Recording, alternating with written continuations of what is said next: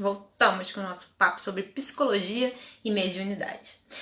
E agora vamos falar um pouco sobre o uso da mediunidade nas diversas situações da vida. Bom, o primeiro é no trabalho.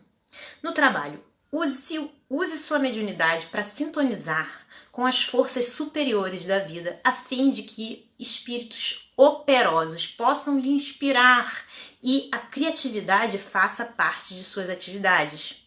Considere que você não está sozinho no exercício de suas atividades profissionais, pois os espíritos costumam acompanhar a sociedade nos encarnados da qual fizeram e, indiretamente, fazem parte.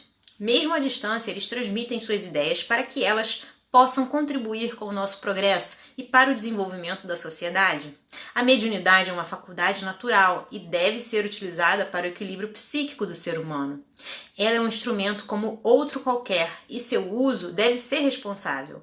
O não uso atrasa a evolução do ser humano, pois desequilibra sua estrutura psíquica e prejudica suas percepções a respeito da vida espiritual em sua volta. Evite as manifestações ostensivas de desencarnados que estejam em seu campo mediúnico em locais de trabalho, pois isso pode provocar constrangimentos desnecessários e preconceitos típicos de quem não entende as questões que dizem respeito ao espiritual.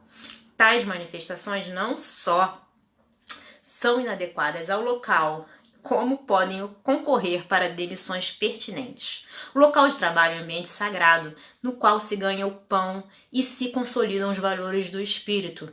Não deve prestar-se ao socorro a desencarnados ou a manifestações da mediunidade ostensiva.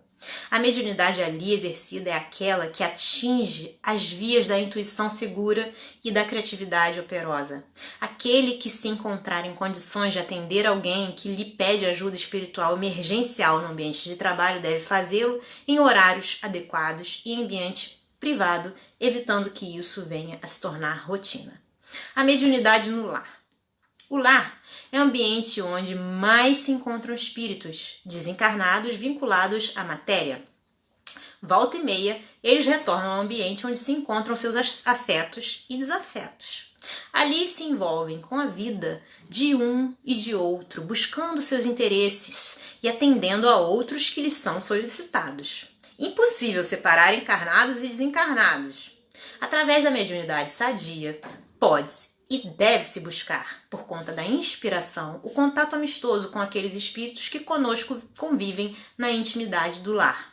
As manifestações espontâneas pela vidência, psicofonia, psicografia, etc., são bem-vindas.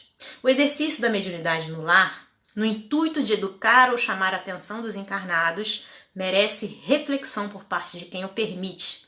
A responsabilidade pela condução do lar e as soluções dos conflitos que ali surgem pertencem àqueles que receberam a tarefa de assumi-los.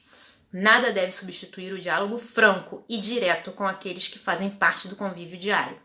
Os espíritos não devem ser tomados à conta de substitutos das obrigações dos responsáveis pela educação do lar. No lar, não são os espíritos, por melhores e mais elevados que sejam, que devem decidir a pertinência ou o momento de se comunicarem mediunicamente, mas o responsável pelo lar, pois sempre deve caber a ele o domínio do que ali ocorre. A eventualidade de uma comunicação mediúnica no lar deve ser sempre tomada à conta de excepcionalidade, pois o lar não deve se transformar num centro espírita no qual se abre a participação pública. Os espíritos podem ser convidados a dar orientações no lar, mas sempre como colaboradores. A mediunidade nas grandes decisões da vida. Nos momentos decisivos da vida, costumamos, por impulso, atender aos instintos, os quais muitas vezes nos levam a atitudes das quais nos arrependemos adiante. Tais atitudes, tomadas ao calor das emoções, podem nos trazer atrasos evolutivos e distanciamento dos objetivos da nossa reencarnação.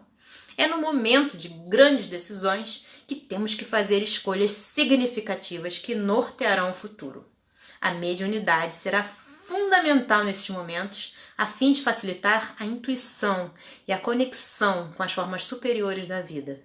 A oração emocionalmente sentida aliada à mediunidade madura, nos auxiliarão na tomada de decisões em benefício de um futuro sem karmas negativos. Fundamental não se deixar levar pelo impulso emotivo associado à raiva nas decisões, pois nesses momentos, por conta da faculdade mediúnica, a psique se torna mais sensível às influências espirituais negativas. É importante que essa sensibilidade seja promovida por um estado emocional de harmonia, o que atrairá as boas influências espirituais. A mediunidade nas férias. Durante o período no qual se esteja de férias, com a família ou só, deve-se evitar o exercício da mediunidade institucional, caritativa, etc., a fim de se poder doar à família ou ao lazer o tempo necessário ao refazimento das próprias energias. A psique humana necessita desse tempo e espaço também para conexões que evoquem situações de contentamento e prazer. Tais situações se encontram arquivadas no inconsciente e ocorreram na infância, em outros períodos de lazer, bem como em vidas passadas. A vida não é só feita de sofrimento, lamentações, dor, estudo e compromissos profissionais. A Terra não é uma colônia de férias, mas também não é uma prisão. É um espaço no qual se vive um estágio de boas experiências para o espírito, revestidas de conhecimentos e emoções.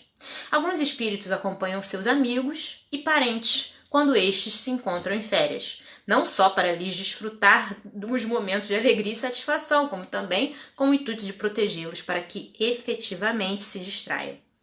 A mediunidade perante os incrédulos.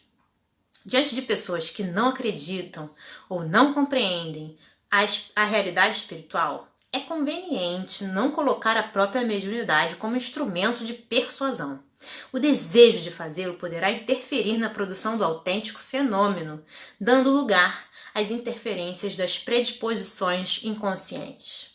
Tais predisposições favorecem o animismo, o qual acabará por provocar efeito contrário ao que se pretende. Acreditando ou não, o incrédulo possui a mediunidade e isso, com o tempo e boas leituras, o fará entrar em contato com o espiritual, malgrado sua vontade. Caso queira ajudá-lo, chame sua atenção para o que se processa com ele nos domínios de sua mente, no que diz respeito à intuição.